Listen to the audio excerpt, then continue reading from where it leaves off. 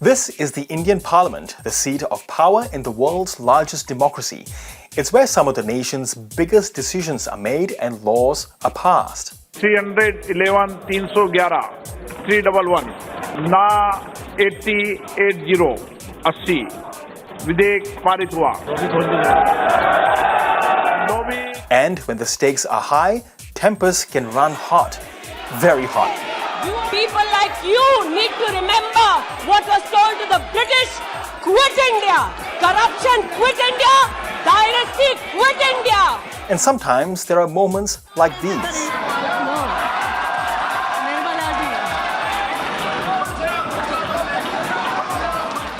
The chambers of India's federal parliament have seen it all, including the very birth of this republic.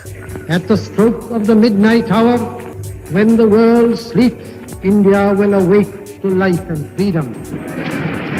76 years after this historic speech, India's parliament moved to this brand spanking new building in New Delhi, inaugurated in May last year by Prime Minister Narendra Modi.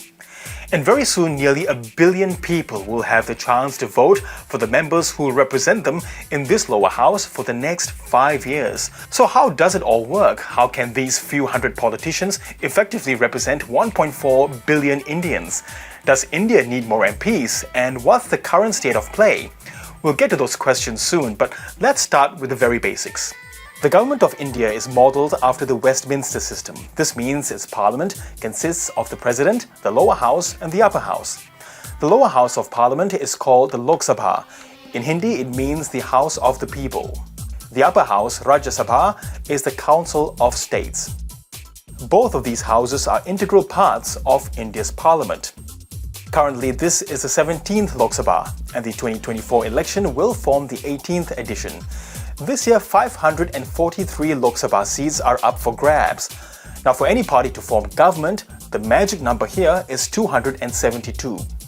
Each state is allocated a number of seats roughly in proportion to its population, although linguistic divisions are factored into distribution as well. For instance, India's most populous state, Uttar Pradesh, will have 80 seats, while smaller states like Telangana will have 17. MPs must be at least 25 years old and are elected for 5 years. On the other hand, you'll need to be at least 30 to enter the Rajya Sabha. Upper house members are elected by state legislators and are capped at 250 seats. A third of its members retire every second year and are replaced by newly elected ones. 12 are nominated by the president for their eminence and service to society. Remember Sachin Tendulkar? He was one of them. But unlike the cricket pitch, he was struggling to even swing the bat. We don't want to respect a person who is a legendary in cricket in India. But the upper house is not up for election right now, so let's go back to the Lok Sabha. What does it do? The basic function of the parliament is to make laws. Many critical legislations have been passed over the last 5 years. The Lok Sabha also holds the nation's purse strings and initiates all bills to do with money. Crucially, it passes the budget. You may have seen this, the budget briefcase, which was part of the pomp and ceremony when the annual budget was delivered.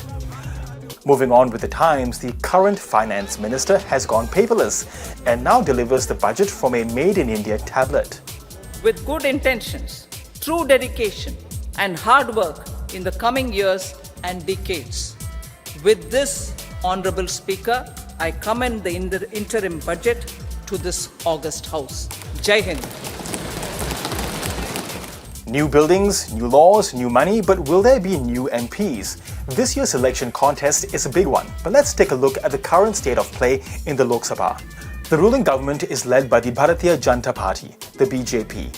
Its strong performance in the 2019 election meant it won enough seats to govern outright.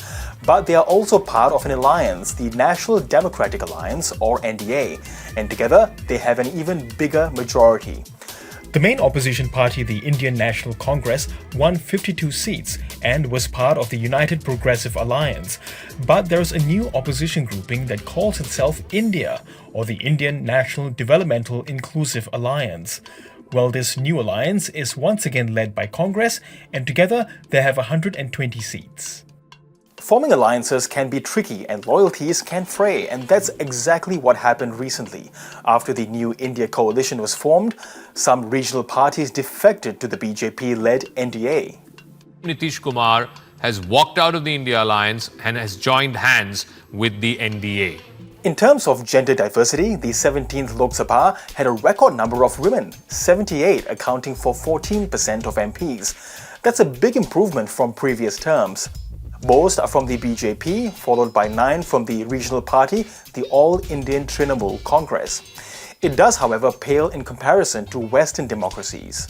But India recently passed a landmark law to bring more women into the parliament. Women's reservation bill has been passed in the Lok Sabha. It came after 8 hours of furious face-off in the parliament before the bill was put to vote. It's a major step forward for India that will see 1/3 of seats reserved for women in both houses of parliament. ये जो spirit पैदा हुआ है, ये spirit देश के जन जन में एक नया आत्मविश्वास पैदा करेगा. But it won't be implemented in this election. That will take time. India also has a number of young guns in parliament. A little over 10% of MPs in the current lower house are below the age of 40 and come from a variety of backgrounds. Its youngest is 25-year-old Chandrani Murmu, who beat a sitting BJP MP in the state of Odisha in 2019. Not to be outdone, the BJP's Jamyang Sering Namgyal and Pravin Kumar Nishad, both in their early 30s.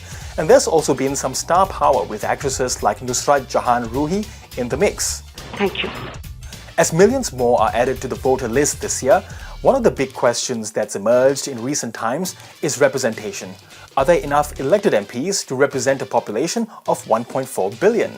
Now, a simple calculation tells us that on average, there's 1 MP for every 2.5 million people in India. That's way higher than other countries, like the US, where it's 1 House of Reps member to 763,000 people. It's also way higher when you compare with Indonesia, Japan, or neighboring Pakistan. So does India need more MPs? Yes. But the bigger question is, or the harder question is, how big, right? India is a very large country in terms of population size. So if 543 is low, if you're going to have, say, 2,000 MPs, which is going to bring down, say, from 2.2 million on average to 5.5 or 600,000, having 2,000 members of parliament or in any assembly, would that be easy to manage? Second, there is a tricky issue. So in 1976, there was a freeze on the number of MPs that will represent every state. And this freeze is going to be lifted in 2026. If you go by population proportions, then the northern states are going to gain a number of seats. And southern states, because their population rates stabilized much earlier, they are going to lose some MPs. So if 1 or 2,000 is too many, what would actually be a reasonable number of MPs in the Lok Sabha? I think somewhere around between 800 and 850 would be a good number. For the time being, though, it'll be the 543 elected members who will represent the views and aspirations of the people of their constituencies. The party with the most MPs will form government. But who's winning in 2024?